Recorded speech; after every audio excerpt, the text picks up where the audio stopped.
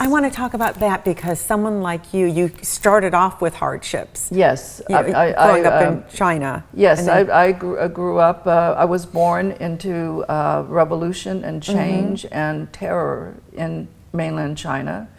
Do you have a strong memory of those days? Yes, I do. I remember riding on my mother's back, as a 2-year-old, perhaps, and attending the people's trials where they were really persecuted and executed in front of my very eyes. So as a child, you do not really forget those memories. How has that correlated to your work? Did you use some of that? Yes, I was always born an artist, and I remember, one of the earliest memories as a 3-year-old is receiving this magical bottle of beads, colorful, iridescent, luminescent beads from my maternal grandmother, and that was just the most magical thing that I ever remembered.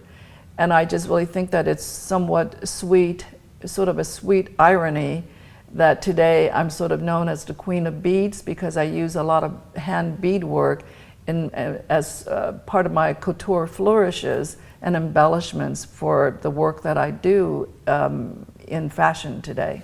But when you received those beads as a little girl, can you remember what Yes. you were thinking at that moment? I was ecstatic. I was just really mesmerized by the beauty because they were all glass beads and they were really iridescent. And was this because it was a contrast to what was going on at that time? Yes, exactly. It was starvation and turmoil and scarcity. I mean, I can tell you stories, but, starvation was rampant. There was really a lack of food. My mother would really go out into the fields where she was really allotted the job of cutting firewood because, that was really a source of energy.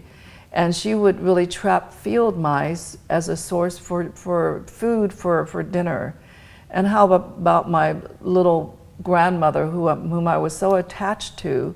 She was 83 years old and she would really try to trap rats and mice around the house just so that I would have some protein for dinner. So that's the level of scarcity that I came from, and very few people understand that. They really walk into the opulence of this house and they think that I've always had this.